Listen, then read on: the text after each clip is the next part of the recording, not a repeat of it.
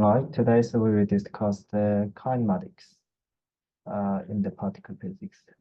But our reviews previous topics that we discussed the scalar field, pi, and the spinor field psi, vector field I mu, and we described the equation and motions for the brief field of the different spin, and especially we focus on spinor fields as a spin one half particle with the draw equation and its solution, like as the antimatter less than chirality. So today, so we focus on the kinematics. So there's such as the particles that interact with each other, and we can calculate the interactions and amplitude. And that amplitudes are given by the S matrix or probability amplitude. And if we scale that amplitude, then we can obtain probability. And that probability can be integrated over the positive energy time, which is equals the phase space. And we can obtain the exact probability, which is called the decay light for the specific process. And this decay light is actually the inverse of the lifetime. So in the differential equation for the number density or the number of the particle capital M is that number density satisfy these differential equations, which have the solutions again by the exponential decay with the lifetime or exponential minus gamma t. So this is the overall introductions, and we focus on the decay line. From the time-dependent perturbation and quantum mechanics, the Fermi golden rule is given by the following formula: decay light is a square root of the amplitude with the interacting Hamiltonians with the phase factors for the given balance and energy type. In the quantum field theory, it should be the generalized to the Lorentz invariance with the spatial relativity. The decay rate of the particle one to the plus n minus the particle state.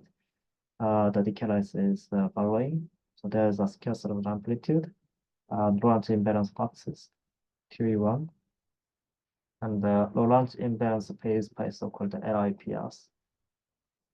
This practice for the final size and the bone mountain conservation term. Then we can obtain the decay light. For example, today we focus on the 2 decay because the 3 decay there are some the possible interval reason is wide depending on the particle condition like the mass loss or mass lifting.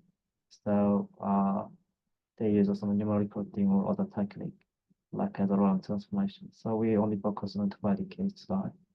So for the spy decay, let's assume that the ballast particle Q13 is the mass last for simplicity, and we can choose the last prime for the P1. We will use these relations, and as we want mass relations, the special relativity vacantly. For the particle one, we choose the last prime for the particle one, so the P one terms are equal to 0, so the E1 and M1 are same. And for the particle 2 and 3, so we assume they are the last particle. So this mass is equal to 0. So the energy and momentum, three momentums are the same. So we use these two parts for the last particle and the mass last particle. So we use Fermi's golden rules in the particle physics, that's quantum field theory. In the last frame, the E1 is given by the two arm, this practice. And the proposed momentum conservation, we can decompose the energy part and the momentum part. So for the energy part, for the particle one, E1 is just equal to the M1. We will set it just M without the index. And the E23 that becomes a P23. And for the three momentum case, the P1 is equal to 0, so only the P2 and P3 is last remaining. And for the launch imbalance phase factors for the particle to non-particle series are given like this. So by using the Dirac data equation, integration of the Dirac data, then the P2s are same with the minus P3.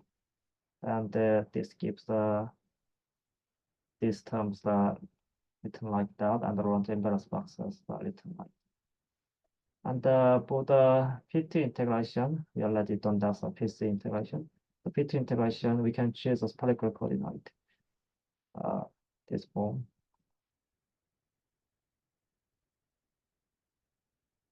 And we can integrate for the this other and divide and the a times 5 factors appears in denominator. And finally, we can integrate over the radial part. Then this Dirac delta functions gives us such a term. This is a result of decay, adopting the Bravest golden rule in the massless style particle. Can generalize this one to the massive finite state M2 and M3. In this case, is quite complicated, but we can solve. So this parts are same. So the only change is parts are this one. So each one is with now the difference with the different pixels. So this parts are changes. So the E2s are given by the scale, so that I'm just scales plus P2 scale, and also the P3. And the P3 is the same as the P2, so the P3 will change it by this one, by the Dirac delta functions here. And also the one triple factors in denominator each one is with the changes like this form. And by starting the variable 3 equal to the E2 0 plus E3. So this is a E2 plus E3, so we start that this part is a minus 3. So if we difference this variable, differential sort of the E, then the E is like given like that. So there's only the radial part variables only been already integrated angular part is suddenly pi here. So we difference this one, this root factors for the P2 and this term up here. And actually the if we combine these two fractions, then there are two same root terms up here. And because this is a P2 times this root factor and the P2 times this root factor, so there are common factor P2 and the first root plus second root is the same to the E, so that we can find the differentials of the E in terms of the dP2.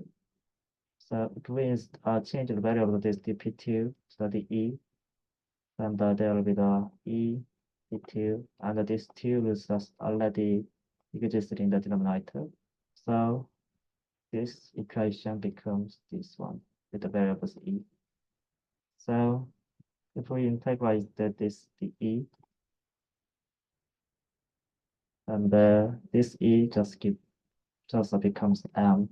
So there are M scale, and the P2 is the binary momentum size. So the P star is equal to the P2 P3. So for the massive case, about decay, the decay like this, the given like that.